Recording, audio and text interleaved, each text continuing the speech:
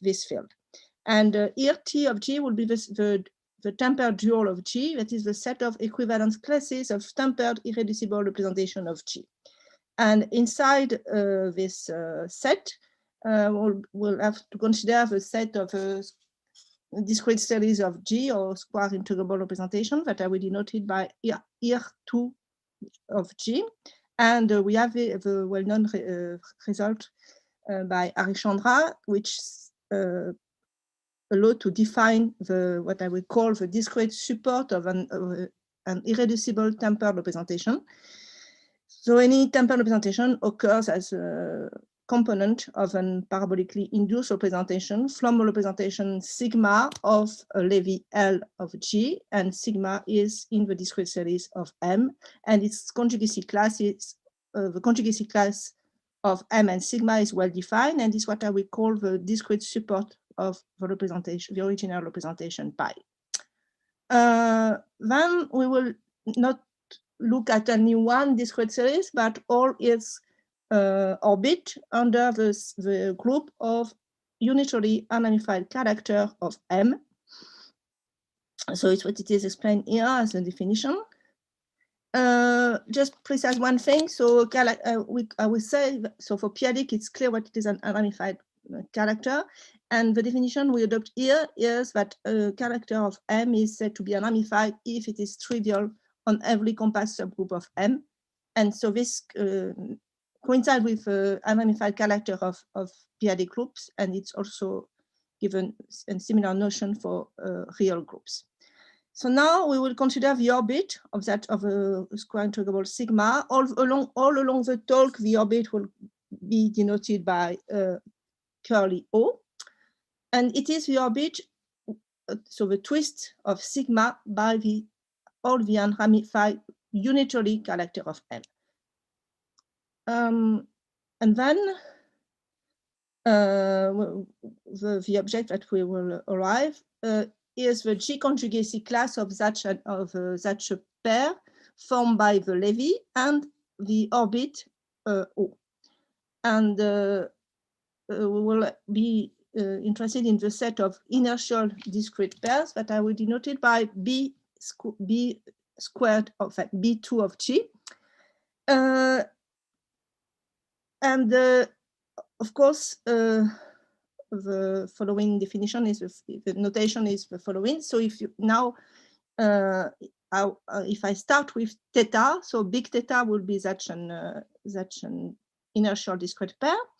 Then we can consider all the irreducible tempered representation of G, which have inertial discrete support that pair theta.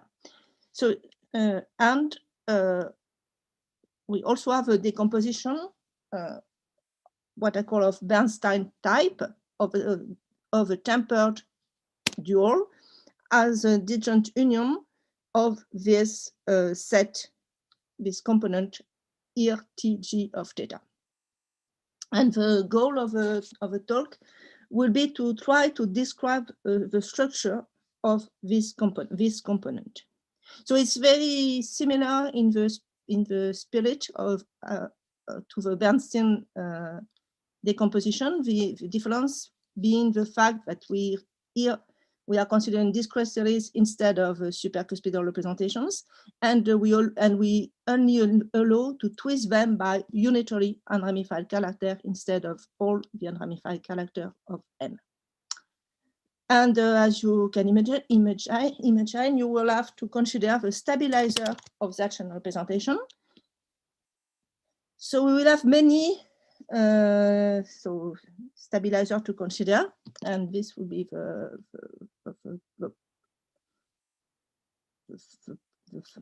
problem and also the interest of that. So first, the classical one, so W sigma, which is just the element in the normalizer of M, which fixed sigma, and we divide by M. And so sigma being a discrete series, we have a well-known decomposition of that group, W sigma, which is due to called the Knappstein decomposition, and it's decomposed as a finite Wie group, usually called W prime of sigma, and this finite Wie group is defined as a Wie group of a certain set of root, a finite set of root that are the root on which the Plancherel mu function has 0 at sigma. And the second part, the R group part, R sigma, is formed by the element of W sigma, which fix a positive root system of this root system delta prime.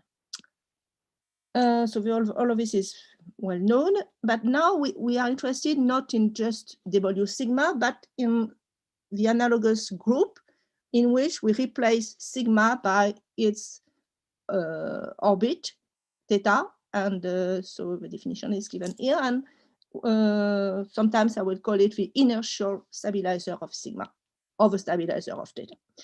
And obviously, for any discrete series in the orbit, W sigma is contained in W theta, but it's not, and in the case where F is a real field, then it is known that, and it is easy to prove, that the action of W theta on the orbit has always a fixed point. That is, there exists an element sigma such that, in fact, we have an equality between W sigma and W theta. So I'll just give you the proof because it's very short. So it is for real group. So we can decompose the Levi M using its Langlands decomposition. So as M0A, here M is the split component of M, and M0, sometimes called M1, is the subgroup of M generated by all the compact subgroups.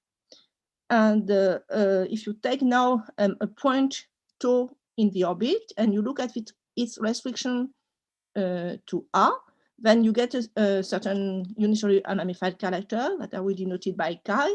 And if you now consider you twist tau by the inverse of chi, you get a representation which is denoted by sigma, that is trivial on A, and from that you see that this representation is in fact a fixed point. So W theta is equal to W sigma for this representation. So this raises the question, what we can say in the case of a p-adic group. Is it true that the action of W theta on the orbit always admit a fixed point? So as far as I know, it's an open question in general, and we do not have counterexample, but we do not have a proof in general. Nevertheless, if we assume that the group G is quasi-split, is symplectic or quasi-split, a special orthogonal or unitary group over a p-adic field, then we can show that the action is as always a fixed point. So from now, we take this as an assumption. So we will always assume in the cycle of a talk that the action has a fixed point, and you will denote by sigma that's a fixed point. So in the cycle, sigma will be a fixed point, and tau will be an arbitrary point in the orbit. Okay, and we will use this this group W theta to describe the component we are interested in attached to theta of a temperature. But the point is that we will need some further assumption on sigma, and this is the notion we need. So we need that. So we have a decomposition of W sigma into the Knappstein decomposition. Of course, we have same analogous decomposition for any tau in the orbit, and you will say that the point is sigma is good if these decompositions are compatible in the following sense. So the compatibility is that we request is the following. So first, the finite Wie group part of W tau for any tau in the orbit is contained in the corresponding group for sigma. This is the first assumption. So W prime tau is contained in W prime sigma. And essentially, quite similar assumption for the R group, which is, so here we assume that R sub tau is isomorphic with a subgroup of R sigma. And it's using the work of Knapp and Stein, it is easy to check that when F is R is equal to R, then the group W theta always admits a good fixed point. And so we can ask what is the situation in the case where F is p-adic. First, there exist fixed points that are not good, and you will, in the case of a split we can obtain a characterization. We have obtained a characterization of good fixed point in the case of quasi-split, symplectic, orthogonal, and unitary group. And I will, if time permit, I will give the description in the case of symplectic groups. But before describing good fixed, more precise, an example good fixed point, I will try to explain how we can use this to achieve our goal. So the temper, it is well known that the temper dual it corresponds to the spectrum of a C star algebra, of a reduced C star algebra of the p-adic of R group G, p-adic or real. And so just recall what it is. So we will use this. We'll pass to the world of C star algebras to describe our component. So first, just a few recollection. So start with, we choose first a left R measure on G, and we consider the Hilbert space L2 of G, and the left regular representation of L1, which is just given by convolution. And then the image of this left regular representation lambda is what, by definition, the reduced C star algebra of G, that we would denote as C star R sub RG. And the strategy would be to identify our blocks, here T, G, theta for any theta in B2 of G, using an analogous decomposition, but for the C star, reduced C star algebra. So again, it is some relation, some similarity with the classical Bernstein center, where here the endomorphism algebra of Bernstein is replaced by the for each block is replaced by this subalgebra C star R G theta. So what I will do now, I will define this algebra for any theta, and then in this, and it's at the second step, we try to explain a more precise, a description of that algebra using the stabilizer of a representation. So for that, I need I did some notation.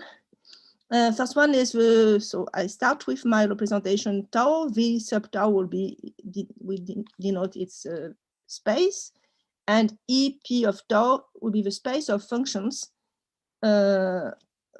which are given here, and which provide the space for the parabolically induced representation of G, where G acts on that space by left translation, and I will denote that representation as I sub P of tau. But in fact, what we need would be a compact version of this one. So I will fix from now a maximal compact subgroup of G with R measure 1. And in the case where F is p-adic, we'll also assume that K is a good special maximal compact in good relative position with our Levi M. So in particular, J will be the product of K and P. P is the parabolic. And so since we are going to the world of C-star algebra, we need the Hilbert space HP of tau, which is by definition the completion of the space of this representation. So the completion of EP of tau with respect to the usual inner product. And I will still denote it by IP sub tau, the representation of G on this Hilbert space. So as I mentioned, we will need the compact version, which we will call the compact picture. And so here we're just replacing EP by the space of function from K to V that are right invariant under some open subgroup of K and satisfied with the restriction, I mean, the usual formula for the induction. And this, we will have to consider the following space. So the completion, the Hilbert completion of EPK for the above scalar product. And we will denote it by curly HKP. So this will appear along the many times during the talk. And so this is for one representation, and then sigma, which is our fixed point. And then as we are interested in the orbit, so I will start with some unitary unramified character of M, chi, and we can consider a map, actually a linear isomorphism from the HP of sigma tensor chi to HP of K, which is just given by taking the restriction of a function to K. And so it's easy to define the inverse morphism of FKP of chi, and the representation which we will be interested in will be the following. So the representation denoted IKP of sigma tensor chi, which is just obtained by making this isomorphism acting on both sides of a previous representation. And this one is a representation of G on HKP. So now we have almost all the object to define our sub-algebra of the reduced C-star algebra of G attached to the component theta. So we first consider usually when we have tau, an element in the orbit, the usual operator pi tau of F, which is compact and depends continuously on tau. And from that we obtain a map, linear map, from the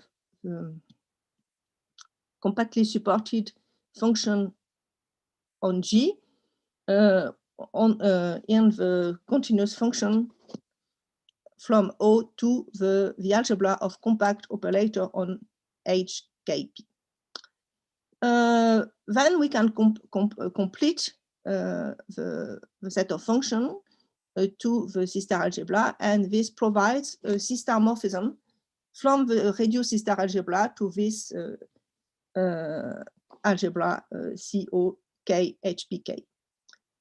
And then this gives the definition of our block algebra. So we will denote it by C-star R of G theta, the image of the reduced C-star algebra by this morphism.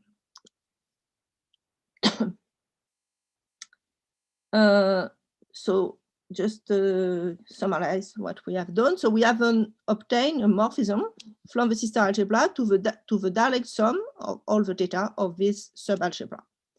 Then it's an all result due to Alain Valette in the real case, and to Roger Plyman for p-adics, but actually this map is a C-star isomorphism. So now we have the decomposition we want of a C-star algebra, and moreover, in the case of real group, Wassermann gave a complete determination of this C-star algebra, this block, up to strong Morita equivalence that we will recall, we will recover and we'll explain, that I will explain soon. And under the assumption that the action of W theta on the orbit has a good fixed point, you will be able to have a similar result. And if a point is not good, we do not know at the moment what should be the structure. Okay, so now in order to describe the structure using the stabilizer W sigma and their decomposition, their Knappstein decomposition, you will need intertwining operators. Okay, so it's so we will start with by the usual intertwining operators which occurs in Alexandra Plancherel formula, which are, for instance, very well defined and their property are described in Valspurger paper and Plancherel formula. And then from them we will pass to different operators, and then after some steps you will arrive to the one we need. So we start with two parabolic subgroup, and we have this operator J pi prime and two parabolic subgroup which have the same Levi M, and we have this operator J pi prime P of sigma tensor chi, which goes from HP sigma tensor chi to H P prime sigma tensor chi. Then in the case where the chi is in a certain region of a set of unramified characters, then the definition is as follows. So it is easier. I mean, we just use some integration over the intersection of a unipotent radical of P and the unipotent radical of the unipotent radical of the opposite of P and that the unipotent radical of P prime. And for other chi, we can define this operator is defined by analytic continuation of this definition to a rational, and you get a rational function which attached to chi this operator J sub pi prime pi P of sigma tensor chi. Again, we need the compact picture of this description. So we use the isomorphism that we have seen before, so fpk of chi, to transfer the operator J to an operator Jk acting on HKP, which is defined as follows.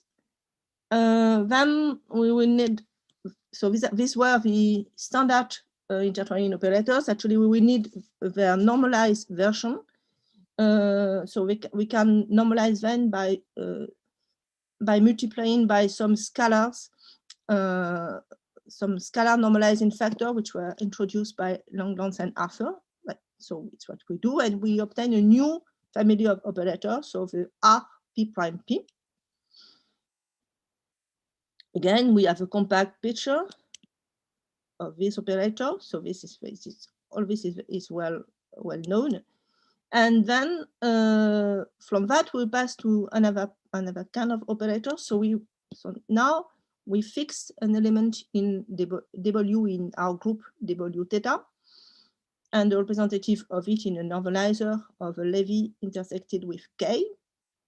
And from that we can define an operator from the unitary operator T sub W from the set of representation, the space of sigma to itself, which intertwine nicely with sigma.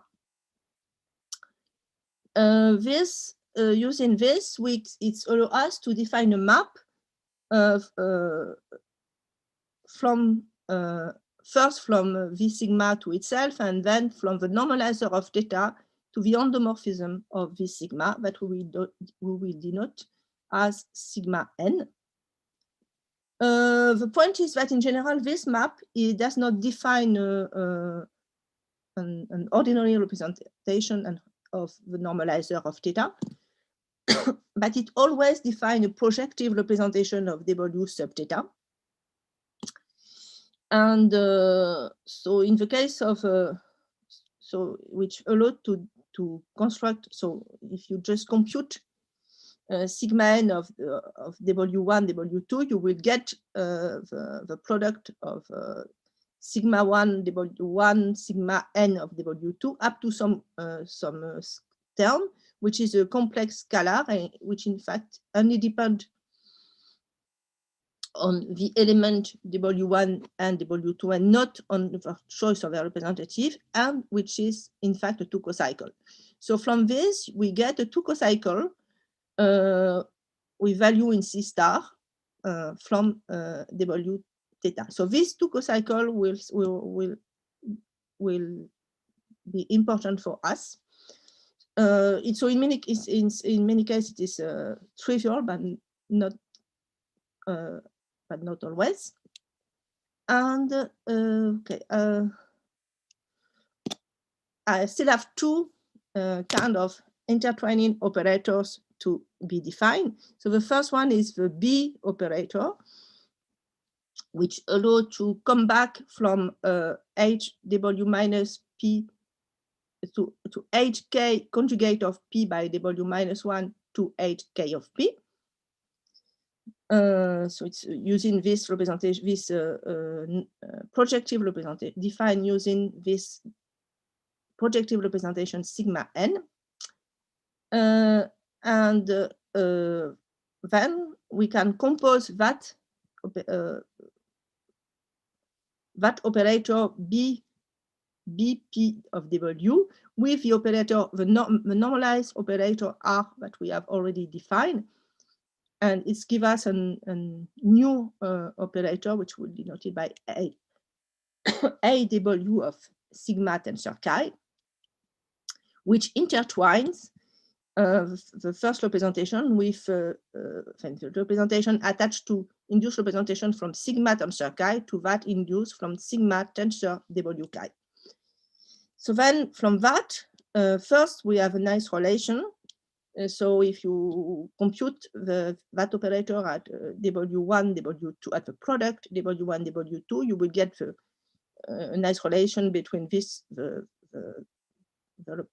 operator at W1 and W2 up to the cocycle and the action of W2 over chi.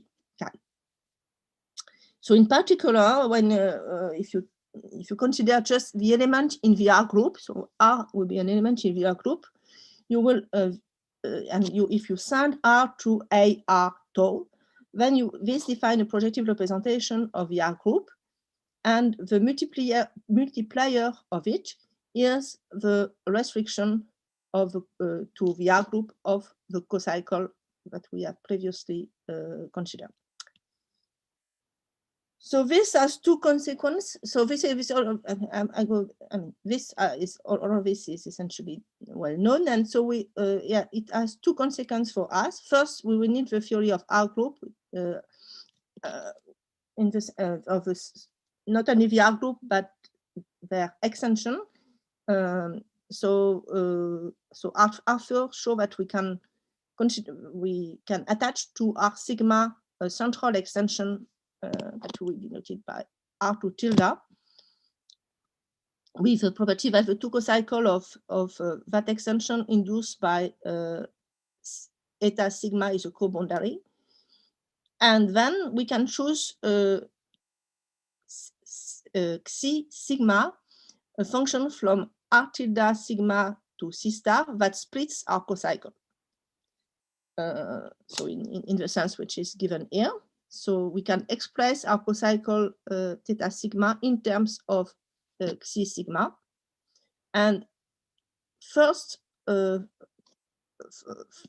Arthur tells us that the irreducible component of the parabolically induced representation from sigma are in natural bijection with the irreducible representation of this central extension R tilde sigma with central character zeta sigma, where zeta sigma is the inverse of xi sigma.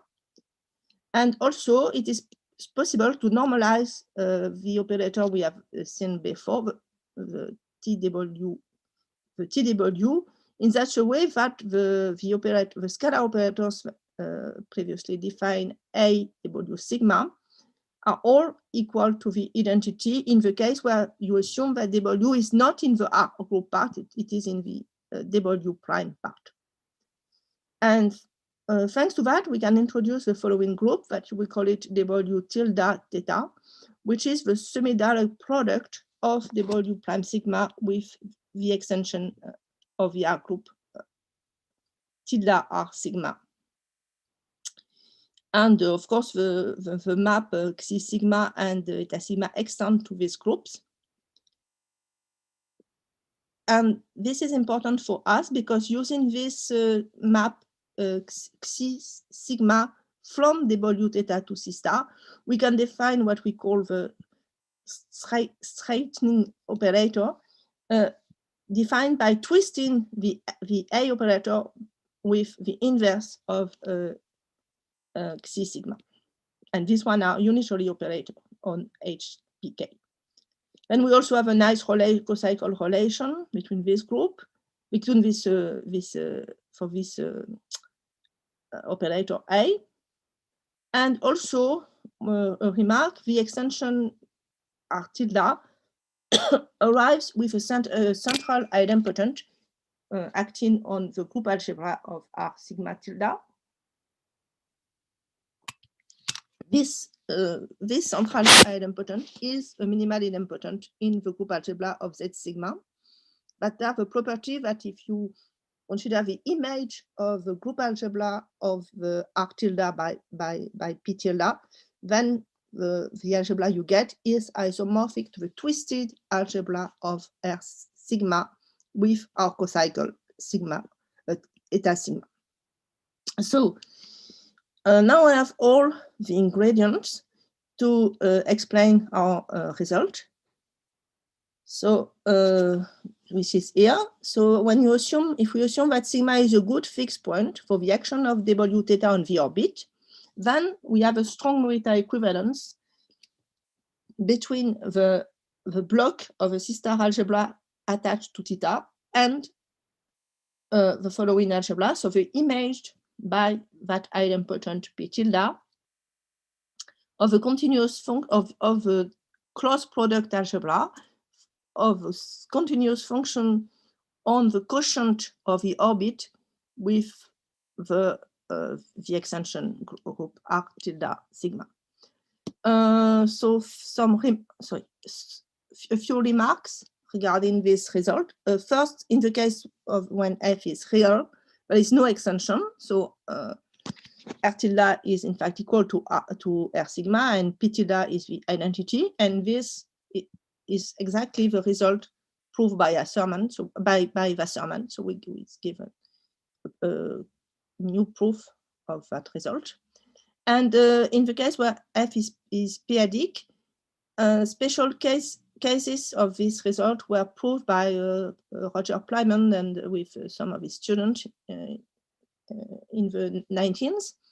And actually, we will use their result in our proof, and the proof is our condition, the assumption that we made on good fixed point, it is made in order to make us able to use the same method. I will give a rough idea of a proof, but before that, I would just have a more remark. So why this can be useful? So in particular, it's give a description, especially in the case where P tilde is the identity. So it gives a simple description of the C-star block, and as a cross product algebra, and in particular, it gives some information on the topology on that component using the topology on the right hand side.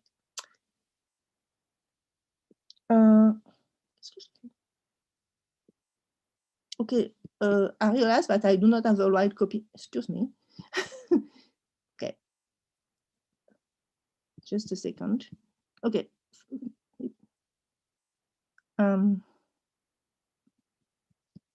Excuse me.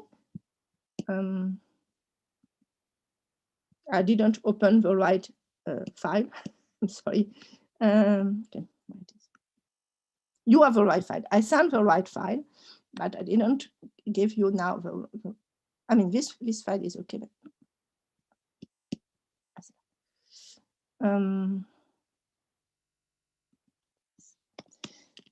So the point is that in the file that I was showing to you at the moment, there was no proof, and I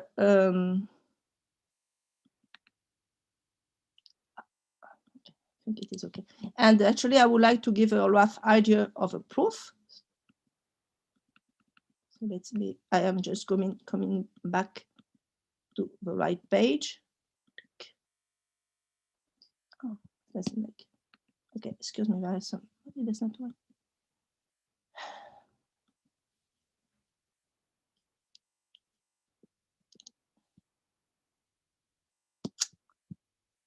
Excuse me. Okay, let's see. So I think it's here. So I will share screen again.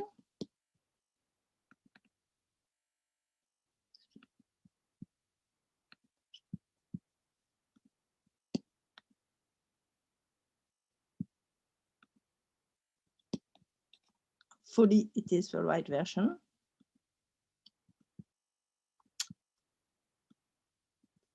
And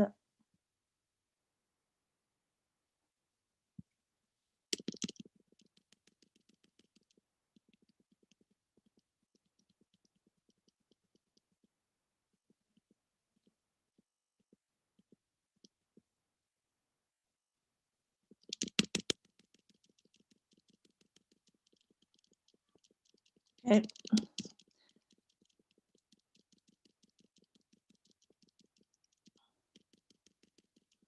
So it gives you the opportunity to see everything very fastly. And it's here. Okay.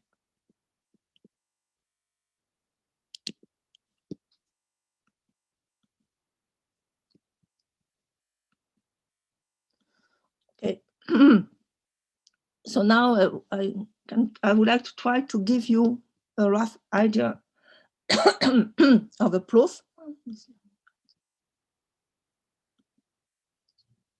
Okay, and so it is like this. So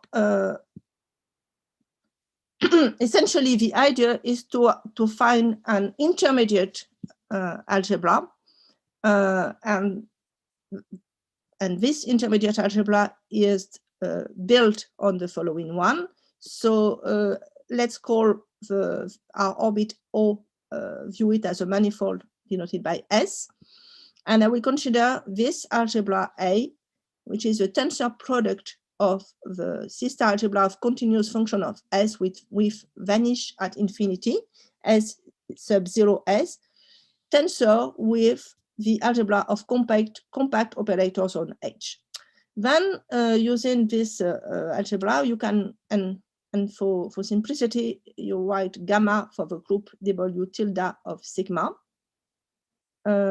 And then we obtain a cocycle. So I think, okay, let's see. But I didn't, sorry. Yeah. So this was what I have. Oh, okay. I'm sorry. I don't know what I have with my computer.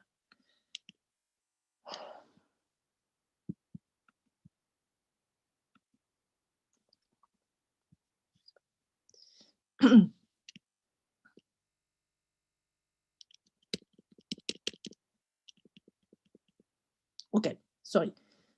This group, so I have defined this group already. So it's W tilde, which was the semi-direct product of W prime sigma with R tilde sigma. And now to the proof, it's the group will be this group will be denoted by gamma, And we can consider the following cocycle. So here we are using the same ideas as in the work of Leung and Pleiman. So we will define one cocycle as follows. Call that cocycle just U.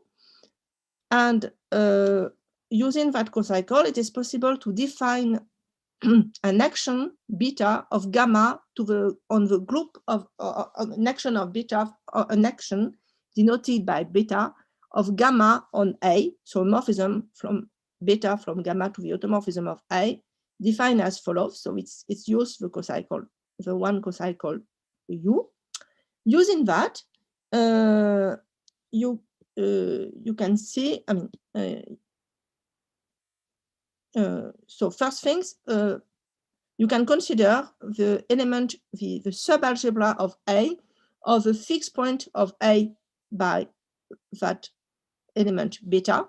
And it is a result of Pleiman that A beta is isomorphic with the C-star algebra of continuous maps from F to K of H, which satisfy the following property using the straightened intertwining operator. And this one is this algebra of fixed point A beta is isomorphic with the C-star, the block of the C-star algebra we are interested in. But we can also consider a modification of beta, defining an element gamma, which is the following action. So it's an action which is essentially what we will freeze the unramified character chi. So in this definition, while in the definition of beta, you have in the definition of a cocycle you have this. Here the definition is like this. So so in order to do that, and we can then again consider the fixed point of A under this action, this gamma. And the main point is the following, which is here in purple. So first, we have a first isomorphism on the left, an isomorphism on the right, and in between a Morita equivalence between these two fixed point algebras.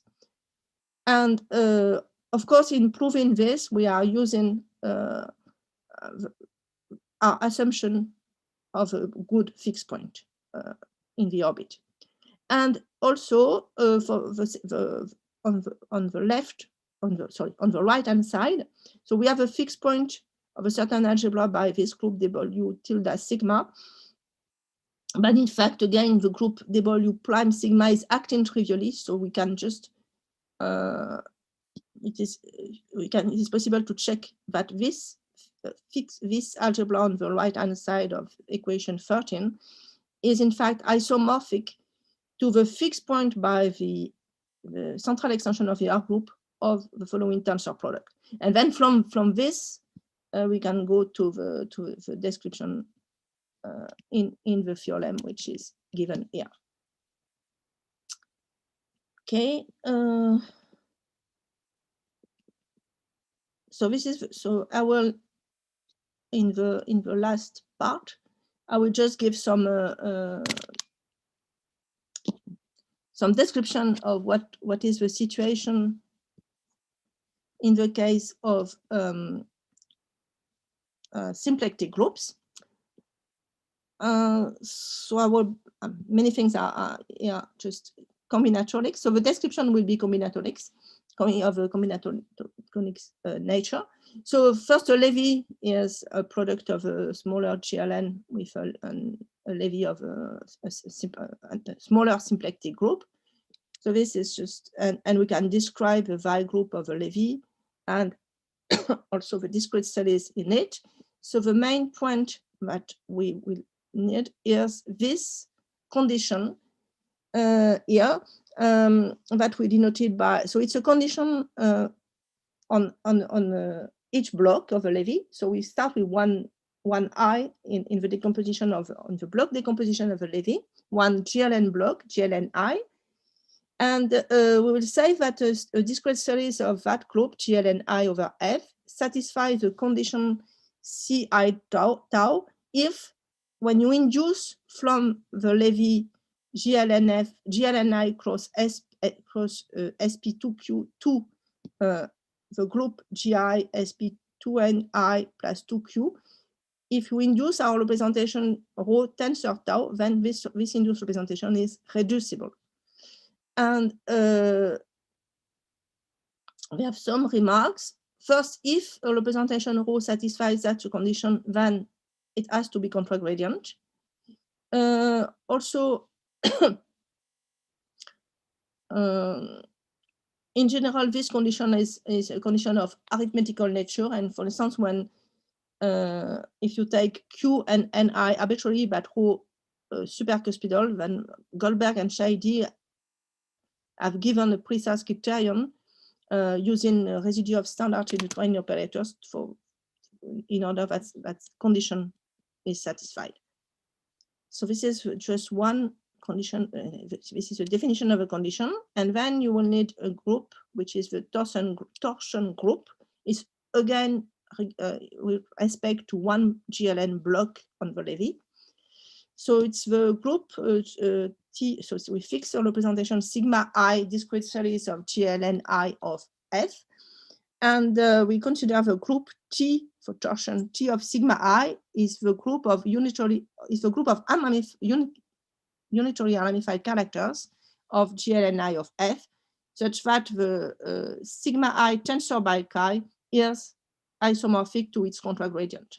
So we can rewrite it as the group of unitary unramified characters such that sigma I tensor the square of such a character is isomorphic with sigma I. And we can also define an equivalence relation on our block, on the indexes of the blocks. So we say that I is equivalent to J if, of course, the blocks are the same size. So Ni is n equal to Nj, and sigma j is either a twist of sigma I or a twist of its contragradient. Okay. And then, so it's not exactly the contragradient. It's the image with it's a representation we send G to sigma I evaluated at G star. And then we have a notion, and then it will be my almost last page. So you will consider our representation of a Levi, so a product of representation of GLNI and a representation of a smaller symplectic group. You assume that this representation is a fixed point for the action of W theta. And then we have a notion of, and we consider an orbit of on this set for the relation, equivalent relation just defined. And that orbit is called weakly relevant if they'll exist among the representations sigma twisted by Xi, where Xi is in this torsion group, at least one which satisfies the condition Ci. And we say that the orbit is super relevant if the representation sigma I tensor chi with chi in the torsion group, that also if all these representations satisfy the condition Ci of 2. And then the result and the characterization that we obtain is the following. We start with a fixed point for the action of W theta on O. Then it is good if and only if the orbit can be weakly relevant only if it is a singleton, and in that case, if in addition it is super relevant. So in particular, all the orbit which does not satisfy that, all the point sigma which does not satisfy this property are not good, and for them we do not know what is the situation. So a similar condition works for quasi-split unitary group and quasi-split special orthogonal groups. And so this leads to many questions.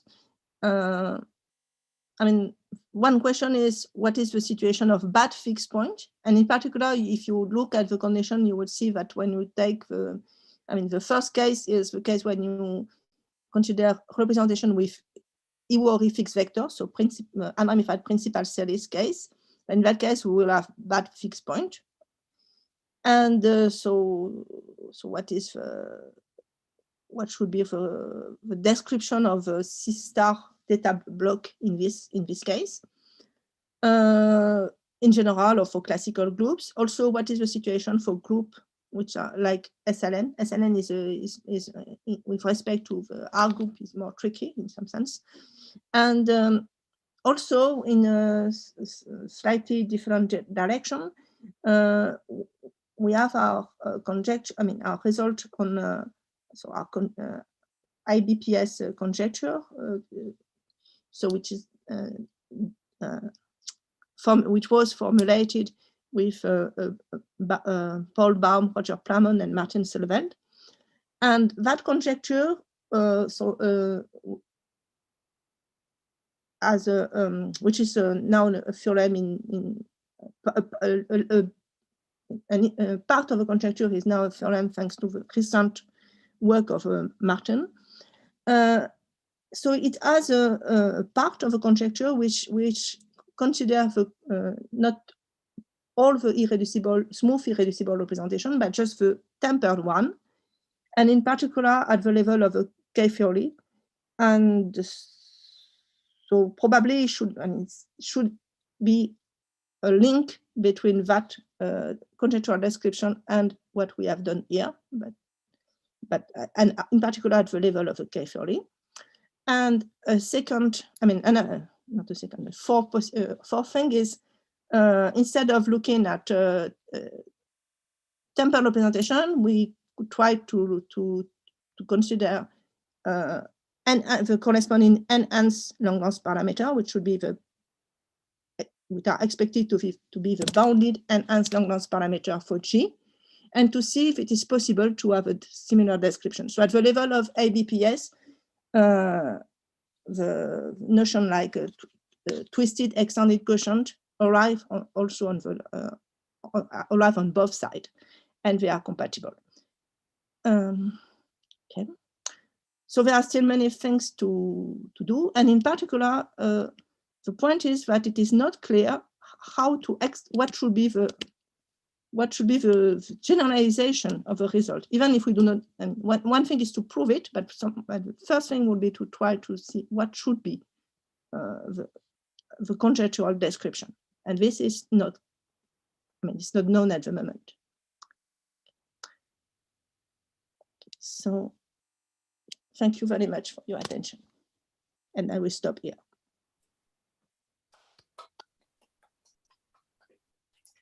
Thank you. Questions, please.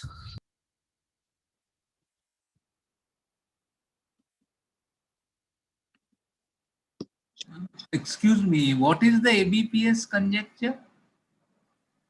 Okay. Okay, I will not have. Okay, ABPS conjecture is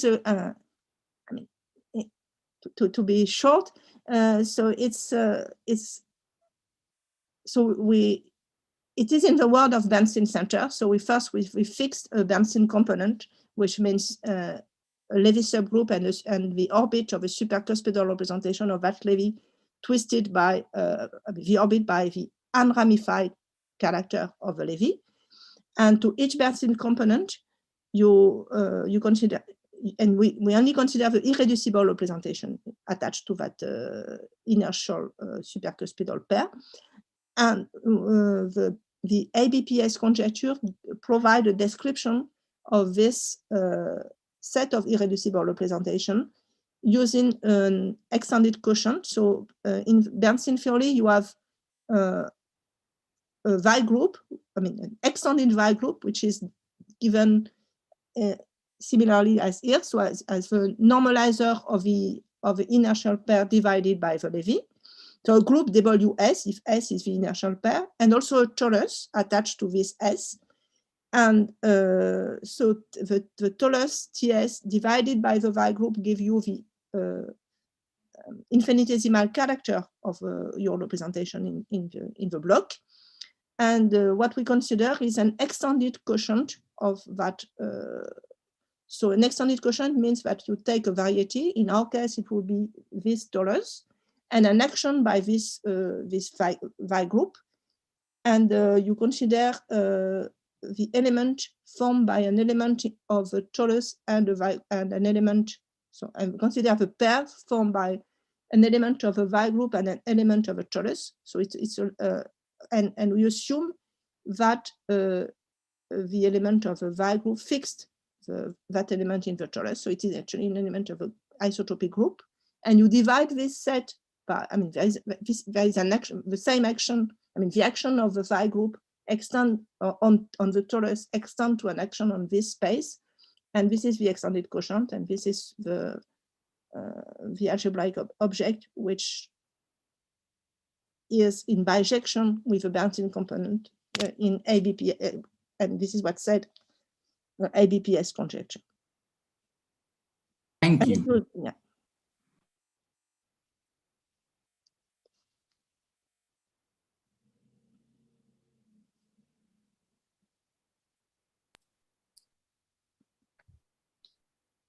Any further questions?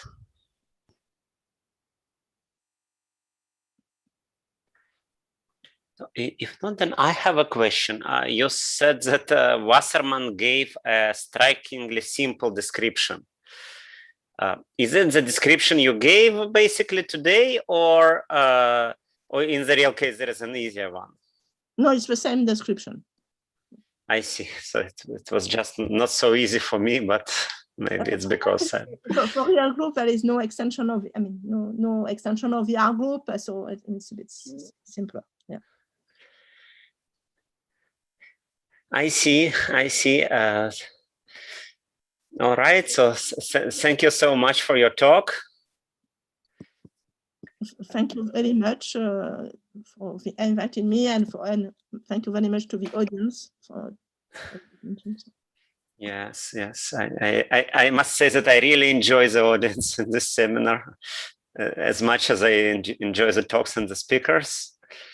So next week, we will probably have a talk by Andrew Hendrickson on the Burger-Sarnak method and operations on the unitary duals of classical groups. So we might need to make some changes, I hope, in the usual time and day, but we might need to have some changes because hopefully it will be a real Blackboard talk. We will see how we will manage to broadcast it in Zoom. Any case, no matter how good it will be, next time the broadcast quality will be better because we will hopefully learn and gain experience. Right, so see you next week. Yes.